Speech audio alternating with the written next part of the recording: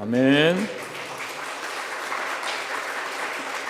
제 마음속에 예수의 피가 흐르고 합신의 심장이 뜁니다. 이게 늘 제가 고백하는 말인데, 제가 합신을 나올 수 없는 사람인데 합신을 나온 사람입니다. 왜냐하면 저는 원래 장신을 가려고 했던 사람이거든요. 광나루 신학교가 제 인생의 목표였습니다. 그러나 하나님의 강권적인 역사로 하나님께서 그 방향을 완전하게, 둘째 시간 시험 보다가 토사광난이 일어나게 하셔서 시험을 포기하게 하시고 그 발걸음을 합신으로 옮기게 하셨습니다. 그것도 지금 찬양한 저희 아내를 통해서. 그래서 합신 다니는 동안 연애했고 또 3학년 때 결혼했습니다. 그래서 합신은 저에게 정말 이 생명의 은인이고 제 인생에 평생 갚아도 갚을 수 없는 은혜를 베푸신 곳이다 이렇게 생각하고요. 합신을 다닐 때 저 밑에 큰 길에서부터 이렇게 밤 주일날 교회 끝나고 혼자서 이렇게 올라오면 좀 그래도 조금 어두컴컴한 길이라 조금은 좀 이렇게 섬찟할 때가 있는데, 찬송을 부르기 시작하면서 교문 앞에 오면 얼굴에 눈물 범벅이 돼서 하나님의 은혜로 또다시 주시는 주님의 은혜로 또 한 주간 학교 생활을 하고 그랬던 기억이 납니다. 참 어렵게 신학교를 공부했는데 주머니에 5,000원이 있을 때 꼭 그날은 책을 파는 아저씨가 오더라고요. 그럼 전도사가 책을 살 거냐 밥을 먹을 거냐 고민하다가 그래도 전도사는 책을 사야지, 그리고 책을 한 권 사서 기숙사로 올라가면 꼭 그날은 꼭 사랑의 식권이 있어서 굶지 않게 하시고 또 끼니를 채워주시는 그 하나님의 은혜를 경험하면서 눈물을 흘렸던 기억이 있습니다. 근데 격세지감이라고 그럴까요? 옛날에는 이렇게 식사 이렇게 대접하러 왔다 그러면 학생들이 와 이러고 박수도 치고 막 이랬는데, 요새는 그냥 그런가 보다 이렇게 들 앉아 계셔서 이제 우리가 그래도 좀 옛날보다는 좀 많이 살기 좋아졌구나, 그런 생각을 좀 해보았습니다. 저희 때는 이렇게 한 끼 대접하는 것이요, 정말 한 달에 한 번 내지 이렇게 있을까 말까 한데, 그때는 진짜 영양 보충하는 때였거든요. 그래서 정말 귀한 일이어서 제가 그때 하나님 앞에, 신학교 다닐 때 하나님 앞에 다짐하고 결심하고 기도했던 게, 내가 목회를 하게 되면 하나님 꼭 우리 후배들 이렇게 1년에 한 번이라도 식사 대접을 하고 싶습니다 했는데, 하나님께서 또 이렇게 은혜를 베푸셔서 우리 교회 장로님들이나 또 우리 모든 성도들이 기쁜 마음으로 신학교를 후원하고 대접하는 그 일에 흔쾌히 함께 동참해 주셔서 너무 감사하고요. 그래서 이렇게 여러분을 만나 뵙게 된 것이 너무 감사하고, 그리고 또 말씀을 전할 수 있게 된 것도 하나님께 감사를 드립니다. 이 세상에서 제일 어려운 설교가 어떤 설교냐, 제가 아까 총장님 계실 때 말씀드렸지만 목사님들 앞에서 하는 설교도 아니고 장로님들 앞에서 하는 설교도 아니고 신학생들 앞에서 하는 설교다, 이렇게 제일 어렵습니다. 근데 그것도 그 중에 제일 어려운 설교는 합신생들 앞에서 하는 설교다. 그러니까 바른 신학, 바른 교회, 바른 생활을 이 교훈으로 삼는 이 신학생들에게 이 설교를 한다는 것 자체가 사실은 참 여러 가지로 부담스럽고, 그리고 또 어떤 이야기를 해줘야 될까 고민이 많이 됩니다. 그런 중에 기도하는 가운데 우리가 성경 해석에 대한 부분을 우리 교수님들을 통해서 잘 들으셨을 거고 공부하셨을 거니까, 제가 오늘 본문 속에서 제 목회 현장에서 느끼는 부분들을 여러분과 함께 나누면서 말씀을 잠시 나누도록 하겠습니다. 기도하겠습니다. 하나님 아버지 감사합니다. 말씀 듣기를 원합니다. 말씀을 전하는 것도 은혜요, 말씀을 듣는 것도 은혜일진데 성령 하나님께서 우리 가운데 운행하셔서 말씀이 잘 새겨지게 하시고 또 기억나게 하시고, 그리고 또 이 말씀 따라 순종하며 하나님께 쓰임받는 인생들이 되게 하여 주옵소서. 예수님의 이름으로 기도드립니다. 아멘. 할렐루야. 제가 고등학교 3학년 아이들이 시험을 앞두고 저한테 기도를 해달라고 옵니다. 그럼 이제 지금이 시즌이죠. 그러면 제가 이 아이들에게 꼭 이렇게 얘기합니다. 얘들아, 니네들이 지금 대학교 가는 게 인생에서 제일 어려운 일이라고 생각되지? 그렇답니다. 그런데 인생을 살아보니까 대학 가는 입시를 볼 때가 제일 쉽더라. 그래서 이제 대학교 가면 인생이 다 풀릴 것 같은데 대학 졸업할 땐 더 어렵고, 그리고 직장 다닐 땐 직장 시험을 볼 땐 더 어렵고, 나중에 직장에서 직장 생활에서 올라가는 것 자체는 더 어렵고, 가정을 꾸려서 가정을 세워가는 거는 더 어렵다. 그러니 지금 이 입시 보는 이게 내 인생의 제일 쉬운 일이라고 생각하고 너희들 하나님 앞에 기도하면서 해라. 이런 얘기를 하면 아이들이 이해를 못하죠. 그러나 시험을 친 이후 한 30년쯤 지나면 어떻겠어요? 아, 그때가 제일 쉬웠구나. 이렇게 생각이 될 겁니다. 이 말씀을 제가 왜 드리냐 하면, 여러분, 우리가 목회자로 부름을 받아서 신학교를 오게 되는 과정과 신학교에서 훈련을 받는 과정을 생각할 때 우리는 신학교 들어올 때가 제일 어렵다고 생각을 할 수도 있습니다. 내 인생의 어떤 큰 기로에 서서 결정하고, 그리고 이 학교에 가서 내가 공부할 수 있을까 하는 그런 두려움과 또 간절한 기도 속에 아마 여러분들 입시를 치렀을 겁니다. 그런데 신학교를 들어와서 보니까 어때요, 여러분? 오히려 신학교 준비할 때가 쉬웠죠? 그죠? 교수님들이 얼마나 레포트를 많이 내주는지, 그리고 또 어쩌면 그렇게 눈치들이 빨라서 베낀 거는 그렇게 기가 막히게 알아보시는지, 그러니까 이게 합신 3년을 다녔다는 것 자체도 이게 굉장히 힘든 과정이에요. 그런데 여러분, 목회 현장으로 가보십시오. 그는 또 더 큰 어려움이 기다리고 있어요. 부교육자 생활할 때요, 그건 오히려 쉬울 수 있어요. 나중에 단독 목회를 여러분이 책임지고 하셔야 될 때는요, 더 큰 어려움이 있습니다. 단독 목회만 하면, 시작하면 다 될 것 같죠? 단독 목회를 하는 그 내도록 오늘보다 내일이, 내일보다 모레가 더 큰 어려움들이 우리의 인생의 앞을 가로막고 있어요. 저는 이것을 어떤 면에서 우리 인생의 목회자들에게 있어서 광야 생활과 같다, 이렇게 생각을 해봅니다. 그렇다면 이 신학교에 들어오고 신학교에서 훈련받는 이 과정은 광야 40년을 칠 때 광야 초입의 시간에 불과하다, 이렇게 생각할 수 있지 않겠어요? 광야 초입, 이제 홍해바다를 막 건너서 이제 하나님 앞에 이 시내산 근처에서 왔다 갔다 하면서 이 광야에서는 어떻게 살아야 된다 하는 것을 훈련받는 그런 초입의 시절이다. 이 시기가 끝나고 나면 어때요? 진짜 본격적인 광야 생활이 시작되게 된다 하는 것을 우리가 마음속으로 그림을 그릴 수 있다고 생각합니다. 그래서 여기서부터, 이 신학교에서부터 여러분이 어떻게 훈련받느냐가 결국 여러분의 목회 30년, 40년의 모든 과정을 결정짓는 아주 중요한 첫 단추가 될 수 있다 하는 것입니다. 이곳에서 세속적인 생각과 불신앙으로 물들면, 그리고 그것에 현혹이 되면 광야의 삶 전체가 전혀 다른 방향으로 흘러갈 수 있습니다. 그러나 이 기간 동안 철저하게 광야에서 하나님이 원하시는 훈련을 잘 받아내면 여러분, 광야의 30년, 40년의 모든 시간이 정말 하나님께서 기뻐하시는 그런 삶을 하나님께 드릴 수 있다는 것이죠.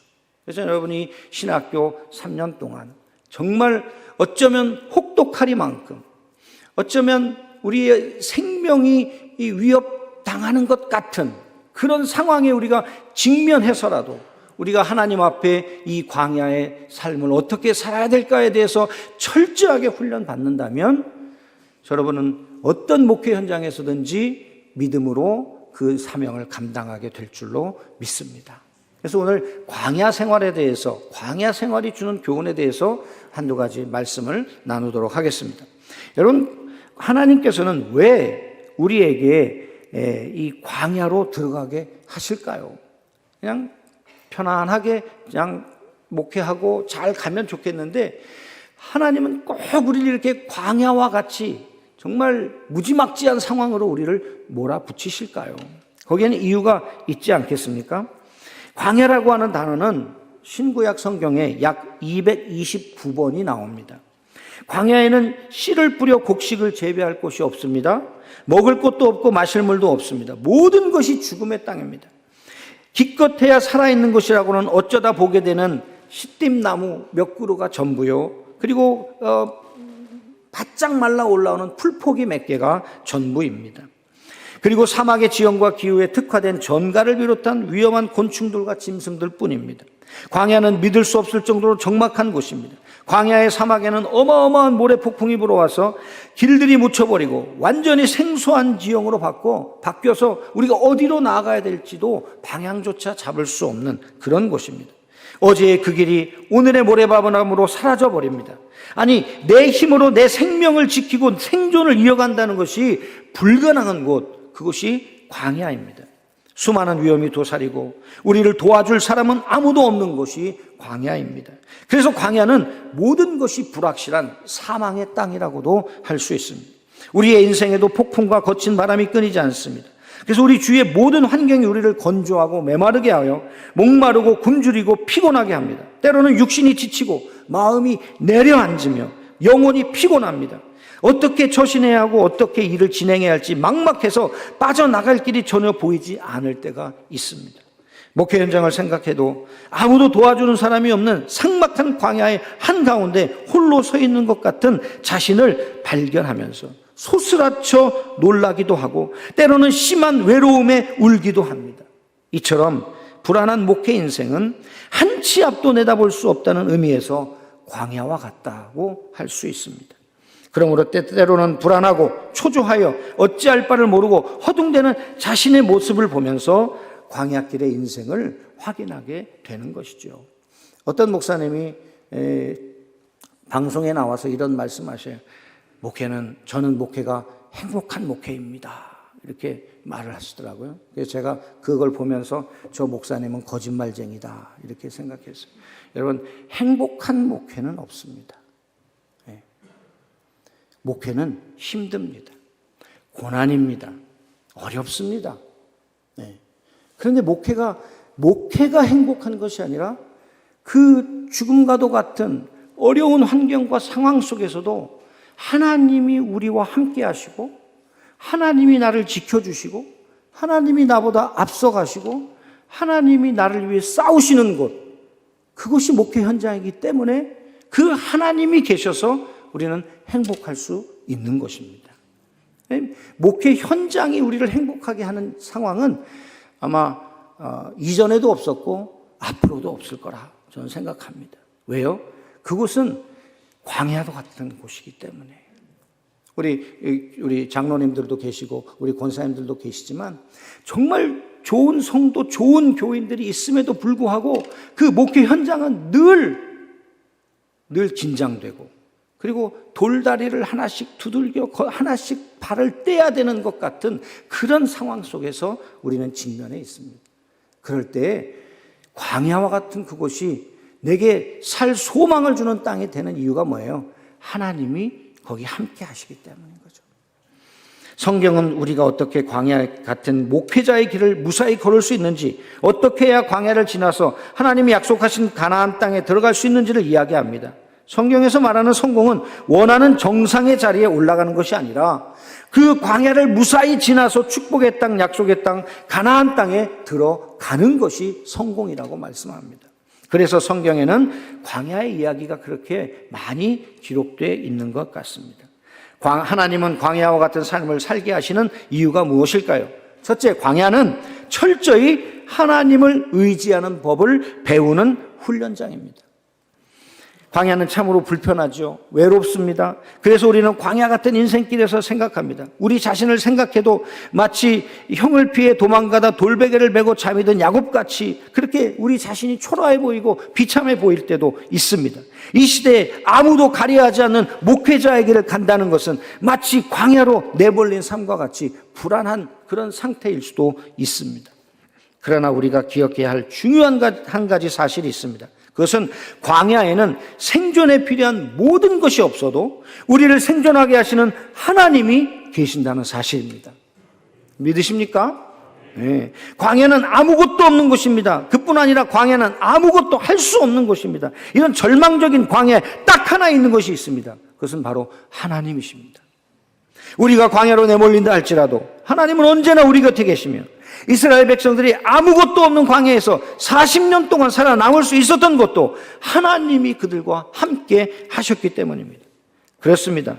하나님이 우리와 함께 하시기 때문에 우리는 광야를 걸어가면서도 기뻐하고 즐거워할 수 있습니다. 광야에서 우리는 하나님을 만나고 그분의 음성을 듣게 될 것이기 때문입니다. 광야는 하나님이 말씀하시는 곳입니다. 그래서 광야는 하나님의 말씀을 경험하고 하나님의 역사를 체험하는 시간이자 장소입니다. 육신의 눈으로는 볼 때 광야는 생명이 자라기 힘든 역경의 장소로 보입니다. 그러나 영적인 눈으로 볼 때 광야는 약속의 땅 가나안에 들어가기 전 이스라엘 백성들이 하나님 말씀 듣고 하나님의 공급하심을 살고 하나님의 은혜를 경험하면서 신앙을 성숙하게 했던 곳, 하나님의 훈련장이 광야였습니다. 사실 지금은 경제 논리가 지배하는 시대입니다. 신학생들 또 목회자들도 먹고 살아야 하니까 직장으로 아르바이트로 나간다고 합니다. 신학교 다닐 때 저는 하나님만 의지하는 법을 배우고 익히지 않으면 우리는 목회 현장에서 훈련받을 시간이 없다고 생각합니다. 저는 요즘 대한민국에 있는 신학생들이 이 사역의 현장으로 가기보다 또 공부하는 일에 시간을 더 많이 할애하기보다 이 아르바이트를 해야 되고 또 이제 부교역자 생활을 해야 되는 친구들이 교회 봉사하기보다 교회 사역하기보다 투잡을 해야 되고 한다는 그런 이야기를 들을 때마다 너무 안타깝기도 합니다. 그러나 한편으로 정말 우리 안에 본질적인 믿음이 회복되기를 간절히 소원합니다. 제가 그렇다고 해서 여러분들의 생계를 책임져 줄 수는 없는 것이지만 그러나 우리가 한 번쯤은 적어도 이 신학교 다닐 때 내가 먹는 것도 마시는 것도 내가 살아가는 모든 것도 하나님이 채우시고 공급하신다는 것, 그래서 그곳이 살만한 곳이고 그곳이 내가 살 수 있는 곳이고 그리고 그곳에서 내가 앞으로 나와 함께 하실 주님을 경험하는 곳이라고 여러분들이 직접 경험해 봐야 여러분의 삶의 현장에서 목회 현장에서 그 주님과 함께 동행할 수가 있는 것입니다. 제가 또 옛날 얘기하면 또 꼰대라고 하실지 모르겠어요. 저희 딸아이가 여기 와 있지만 저희 딸아이가 직장 생활하는데요. 그 학교 교장 선생님이 무슨 잔소리를 하면서 이랬답니다. 야, 나 꼰대 같죠? 그랬답니다. 그랬더니 저희 딸아이가 뭐라 그랬냐면 우리 집에도 두 분 계세요. 이렇게 얘기했더니 네. 네. 그러나 우리보다 앞선 선배님들은 저희를 볼 때 또 좀 부족한 게 있으실 것 같아요. 또 우리 입장에서는 후배들을 볼 때 이거는 좀 이 부분에 전념해 줬으면 좋겠다 하는 그런 부분이 좀 있더라고요. 저는 전도사 때 사례비를 15만 원 받았습니다.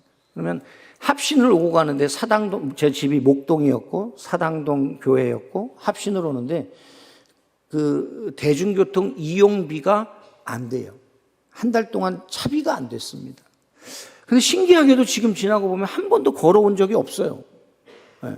하나님께서 이 모양 저 모양으로 그리고 굶지 않게 하시고 이 모양 저 모양으로 채워주세요. 하루는 제가 이제 학교를 오려고 주일날 교회를 끝나고 나오는데 저녁을 못 먹었어요. 그래서 오늘은 하나님이 금식하라나 보다. 그리고 나오는데 뒤에서 나이 많으신 권사님이 저를 부르시는 거예요. 전사님! 그래서 왜요? 그랬더니 이리 와봐요. 그랬더니 저는 또 뭐 야단치시려는 줄 알고 갔더니 죄송합니다 이런 표현 써요. 그 할머니들 입으시는 그 속고쟁이 있잖아요. 그 안에다 손을 푹 집어넣으시더니 뭘 꼬깃꼬깃한 걸 꺼내서 제 손에 꼭 쥐어주시는 거예요.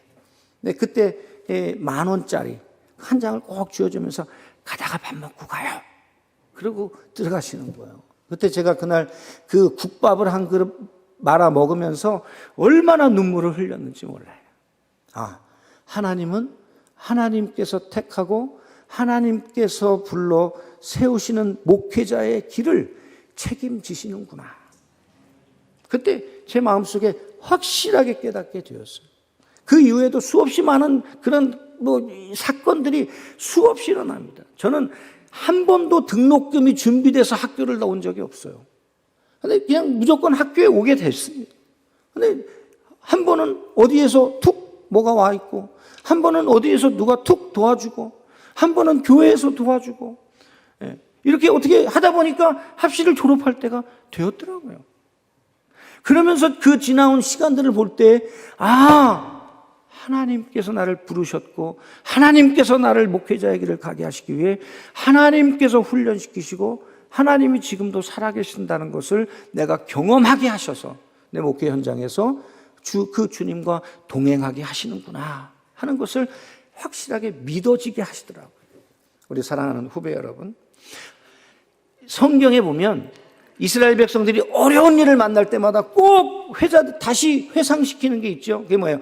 애굽에서 종로로 타던 너희들을 구원하여 홍해 바다를 마른 땅처럼 건너게 하시고, 광야길 40년을 하나님께서 건너게 하셔서 약속의 땅 가나안으로 들어가게 하셨다 하는 거예요. 이 말은 무슨 말씀이에요? 이 이스라엘 백성들을 구원하시고 책임지셔서 그 광야 40년을 책임지신 하나님이 지금 이 국가적으로 어려운, 공동체적으로 어려운 이 환난 또한 건지시고 구원해 내실 줄로 믿어라, 그런 뜻이죠. 우리는 그것을 설교합니다. 그러나 동일하게 오늘날 그 애굽에서 이스라엘 백성들을 구원시키신 그 하나님이, 이스라엘 백성들의 그 환난 중에서 건지신 그 하나님이 지금 우리가 믿는 하나님은 아니신가요? 왜 눈만 껌뻑껌뻑하고 계십니까? 여러분, 우리가 믿는 하나님이 이스라엘을 구원하신 그 하나님과 동일하신 하나님 아니신가요? 아브라함을 택하시고, 그리고 그 갈대아우르에서부터 가나안 땅까지 애굽으로 내려갔다가 다시 올라오는 그 모든 상황 속에서 그 아브라함을 아브라함 되게 하신 그 하나님께서 바로 저와 여러분의 하나님이신 줄로 믿습니다. 그 하나님은 지금도 역사하실 수 있고 앞으로도 역사하실 수 있는 하나님이십니다. 어떤 세상이 와도 그 하나님은 살아계시고, 그 하나님은 여전히 역사하실 것이고, 그 하나님은 하나님이 택하시고 세우신 종들을 절대로 세상에 내어주지 않으시는 하나님이신 줄 믿으시기 바랍니다. 여러분, 이것이 신학교에서 훈련이 돼야 하시다. 그래야 목회 현장에 나가서 여러분, 그 목회 현장에서 처절하게 피를 흘리면서도 하나님이 나를 도우실 것이라는 것을 기대하면서 한 걸음 한 걸음 우리가 목회 현장을 지켜낼 수 있는 거예요. 요즘 목회 현장은 제가 우리 후배 목사님들한테 가끔 그렇게 말합니다. 우리 부목사님들한테도 참 애도의 뜻을 표한다. 나는 이제 목회가 마감되어져 가는 인생이니까 난 조금만 버티면 되는데 너희들 앞으로 20년, 30년 목회 어떻게 할래? 왜요? 요즘에는요, 목회 현장이 어때요? 옛날에는 목사가 설교하면 아멘 하고 들었어요. 요새는요, 목사가 설교하면 저 말이 맞나? 그리고 목사의 설교보다 더 지혜롭고 똑똑한 분들이 많아요. 그래서 그 목사의 설교가 성도들에게 이게 생명의 말씀으로 전달되는 것 자체가 굉장히 어려운 현장에 이제 앞으로 직면하게 될 겁니다. 그때 여러분, 목사가 머리로만 그냥 지식적으로만 성경에 대해서 설교한들 성도들이 믿을 수 있겠냐 말이에요. 이 물질적인 풍요 속에서 아쉬움 없이 살아가는 그런 현장에서 여러분, 우리가 그냥 전하는 성경의 지식이 그들에게 생명으로 다가갈 수 있겠냐 말이에요. 예수 그리스도께서 생명을 바치셨기에 우리가 생명을 얻은 것처럼 여러분, 우리가 경험한 하나님에 대한 그 경험과 살아계신 하나님에 대한 확신과 그 살아계신 하나님이 내게 주신 그 말씀으로 우리 성도들에게 생명을 걸고 말씀을 전해도 전해질까 말까 하는 그런 현장이 앞으로 우리가 직면해야 할 목회 현장이다. 사랑하는 후배 여러분, 이 광야에서 철저하게 하나님을 의지하는 법을 배우시기를 주님의 이름으로 축원합니다.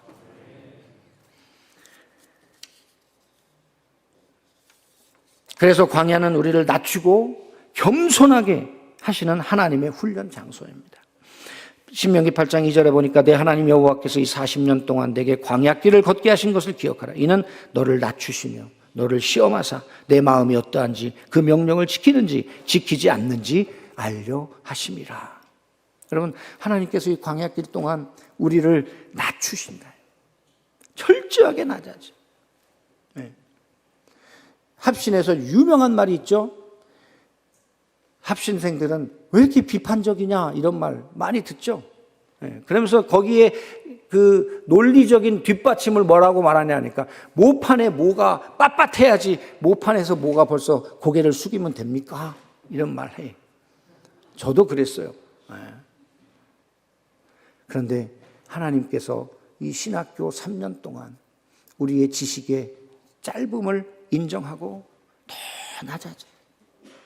더 겸손해져야 돼. 이 앞선 선배들이 이 학교에 와서 이런저런 이야기들을 하고 할 때, 저분들이 그 인생을 살면서 겪었던 인생의 무게가 결코 무시할 수 없는 무게구나 라는 것을 여러분 인정하고 그 앞에 겸손할 수 있어요. 여러분이 목회 현장에서 섬기는 여러분의 담임 목사님들이 어떨 때 보면 진짜 목사 맞나?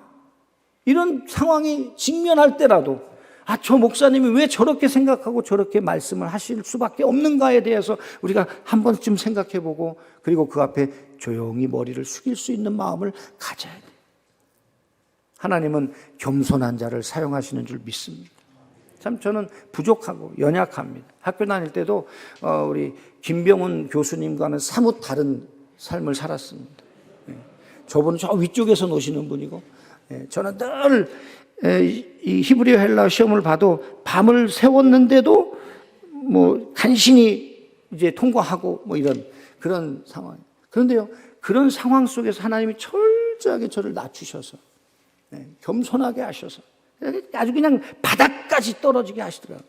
근데 그것이 오히려 제 목회에 큰 도움이 돼. 나는 부족한 사람이다.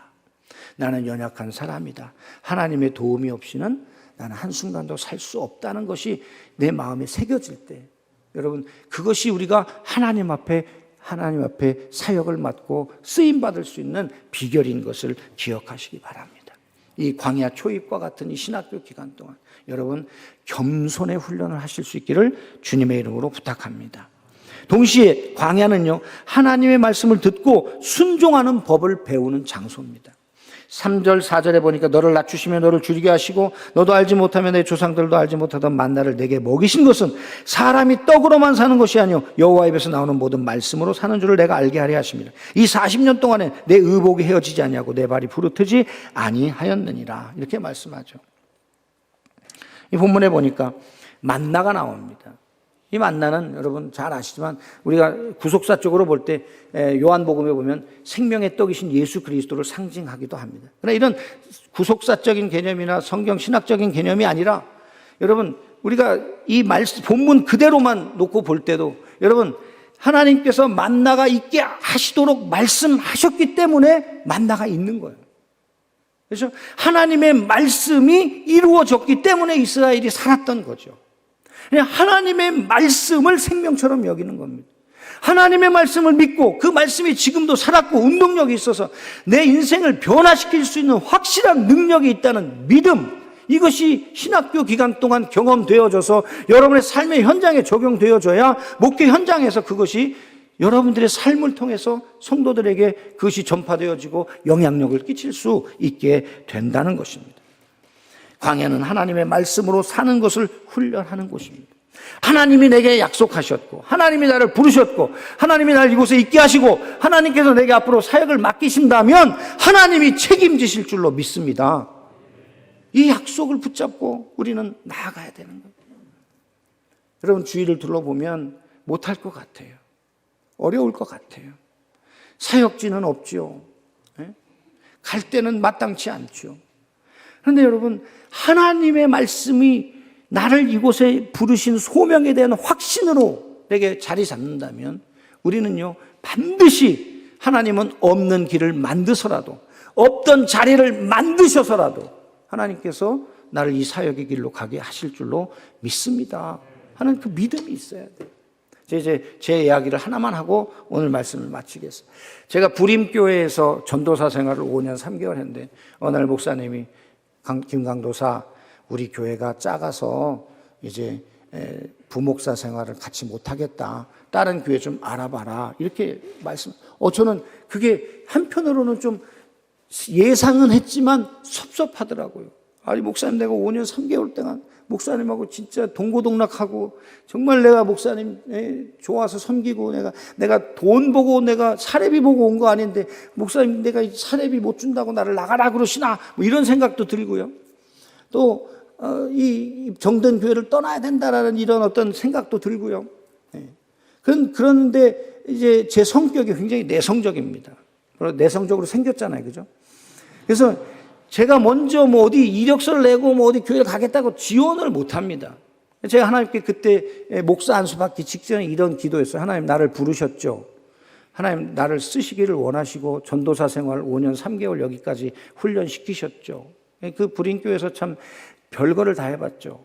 전도사 때부터 뭐 부임하는 날부터 이 장마비가 본당으로 쏟아져 들어와가지고요. 그 같은 교회 전사님하고 같이 막 수채꾼형에 손 집어넣어서 낙엽을 꺼내고 비를 쫄딱 맞고 들어왔는데, 목사님, 오늘 저희 교회 새로운 전사님이 오셨습니다. 나와서 인사하겠습니다. 뭘로 닦지도 못하고 쫄딱 맞은 채로 나가가지고 막 와이셔츠 온몸에 쫙 달라붙게 하고서 나가서, 제가 김병진 전도사입니다. 이렇게 인사하고 시작했던 교회. 그런데 기도한 다음 날 저희 동기 목사님이 전화 왔어요. 김 목사, 김 전도사, 김 강도사 난 우리 교회에 와서 내년부터 청소년 사역을 좀 같이 해주면 좋겠다. 아이고, 기도 응답이 바로 됐구나. 그리고는 갔어요. 그 교회가 어디냐? 평촌 세중앙교회. 가서 목사님하고 면담을 했는데 목사님이 고개를 갸우뚱 하시더니, 강도사님, 다음에 기회가 되면 다시 사역을 같이 한번 해봅시다. 근데 올해는 아닌 것 같습니다. 그러시는 거예요. 그래서 뭔가 좀 잘못됐나 보다. 그리고 버스를 타고 남태령 고개를 넘어오는데 마침 제가 지도하는 학생의 부모님이 목사님이신, 저희 선배 목사님이신데 버스를 타신 거예요. 그래서 저한테 어디 갔다 오냐? 그래서 네, 저기 면접 보고 왔는데요. 안 됐습니다. 어디? 세중학교. 그래? 그 목사님이 나랑 절친이야. 내가 전화해 줄게. 거기서 바로 전화를 했어요.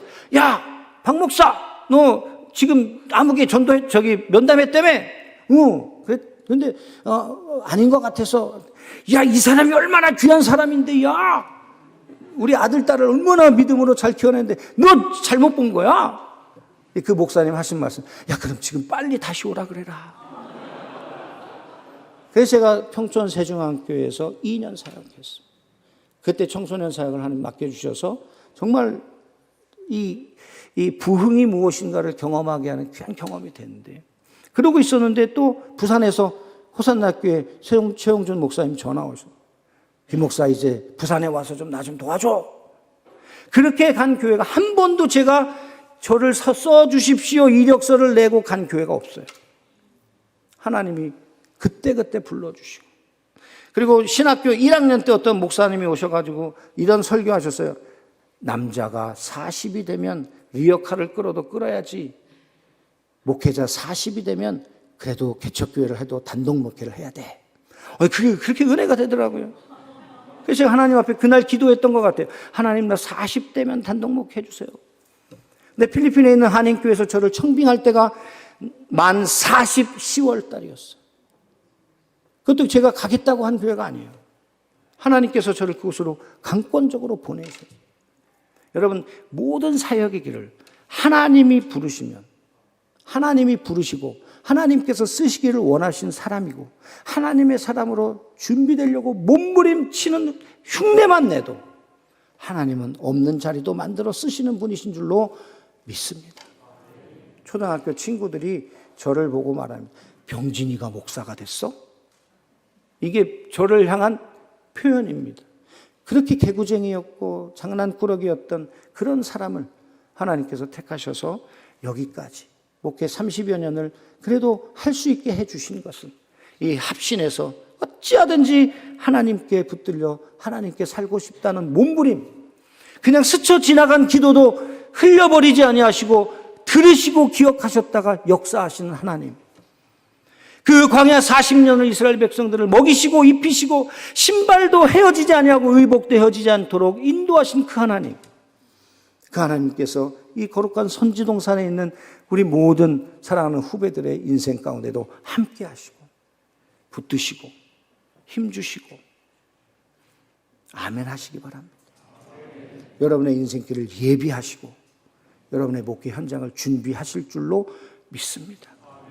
여러분, 그 하나님만 믿고 그 하나님만 의지하고 그 하나님만 붙들고 믿음으로 여러분의 발걸음을 내디도 우리 합신 교단의 모든 섬기는 교회들이 여러분들로 인해서 큰 역사들이 일어나고 여러분들로 인해서 한국 교회가 다시 한번 새롭게 부흥하는 그런 새로운 부흥의 역사들이 그 역사의 현장에 글로 남겨질 수 있는 그런 우리 믿음의 선지자들이 다 되시기를 주님의 이름으로 축원합니다. 이 마지막 때 지금 온 세상이요 물질로 여러분 어떤 분이 그래요. 이렇게 얘기하다가 보니까 목사님 1억은 기본적으로 통장에 넣어놓고 사는 거 아니에요? 깜짝 1억은 제가 여태까지 만져본 적도 없는데 온 세상이요 풍요 속에 삽니다. 그런데요 이런 때에 우리 이 주의 종들이요 정말 예레미야 선지자와 같은 그런 선지자적 각성을 갖지 않으면 그 물질 문화에 물질 문명에 물든 그 사람들을 깨울 수가 없지 않겠어요? 오히려 그런 세상은 더 그런 선지자 같은 사명을 가진 사람들을 더 기다리고 있고 더 그들을 주목하여 볼 줄로 믿습니다. 저는 합신 후배들이 그런 삶을 살기를 주님의 이름으로 간절히 축원하고 부탁합니다. 기도하겠습니다. 하나님, 광야 같은 인생길, 그것도 하나님 고난의 길인 이 목회의 현장에 우리를 부르시고 또 말씀으로 확증해 주시고 또 이 선지동산에서 공부하게 하신 것은 하나님의 특별한 뜻이 우리들에게 있기 때문인 줄로 믿습니다. 이 광야와 같은 이 신학교에서 하나님 정말 하나님만 의지하는 법을 배우게 하시고 하나님의 말씀은 지금도 살았고 운동력이 있어서 역사하사 내 인생을 책임지시고 내 인생 가운데 주님의 놀라운 일들을 행하시는 하나님 그 주권적 섭리를 일으키는 능력이 되는 줄로 믿습니다. 이것이 철저하게 우리 몸에 배어지게 하셔서 하나님 우리가 앞으로 섬길 모든 목회 현장에 살아계신 하나님의 역사가 나타나게 하시고 살아계신 하나님의 일들이 나타나게 하시고 살아계신 하나님과 동행하여 하나님 우리가 때로는 힘들고 낙심하고 그리고 절망할지라도 하나님 그 길을 포기하지 아니하고 끝까지 달려가 마침내 우리의 사명을 다 감당하는 그때 이 모든 것이 다 주님의 은혜였다고 고백할 수 있는 우리 후배들이 되게 하여 주옵소서. 예수 그리스도의 이름으로 기도하옵나이다.